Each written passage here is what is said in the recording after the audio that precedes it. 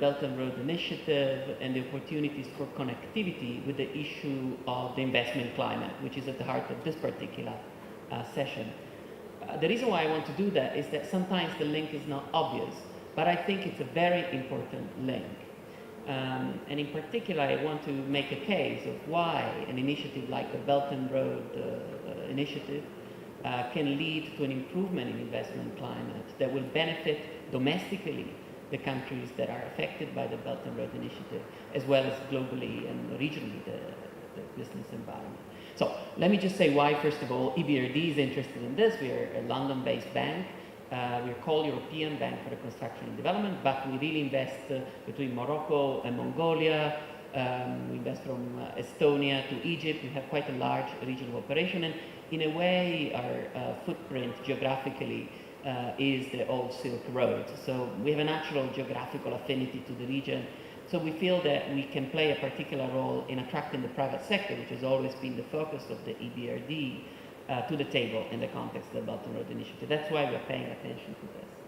So why do I think that this initiative can be good for the business environment? Well, the first thing that I want to sort of put to you is that the largest obstacle to connectivity in the region is little to do with building roads and building railways, but a lot more to do with the soft obstacles to connectivity. What do I mean by this?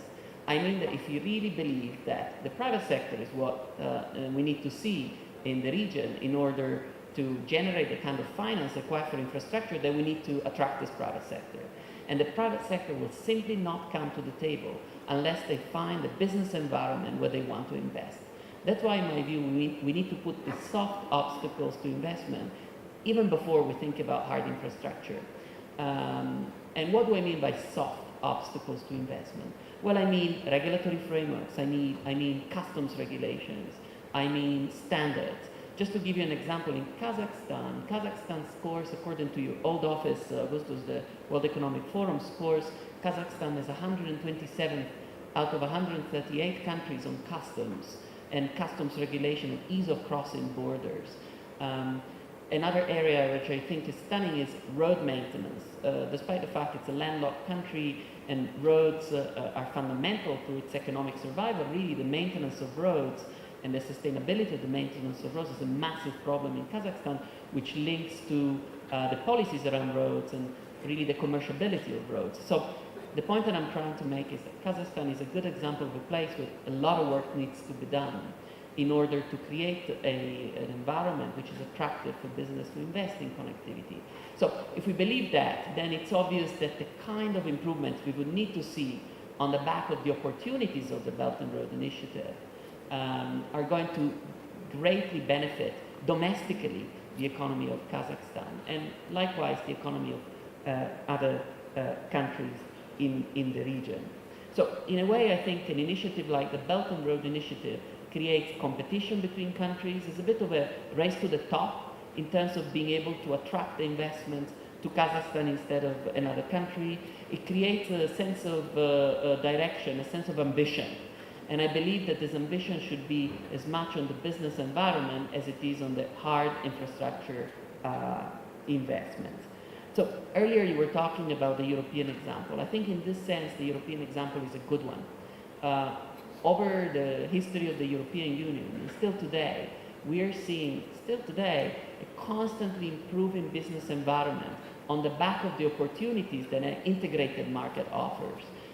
Things like, for instance, standards on railways, things like registration of businesses, things like standards on goods and services.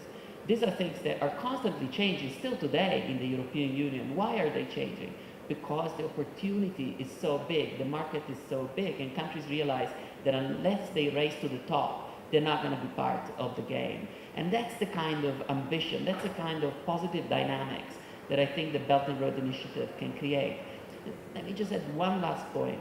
It's so important to attract global investors, because global investors know what the race to the top look like. They know what it takes to really do business in a sustainable manner. And what it takes is best-in-class regulations, the most transparent way of doing business, the best accounting standards. And these are all characteristics that global businesses can bring to countries and increase the standards in the countries simply by being there and behaving differently.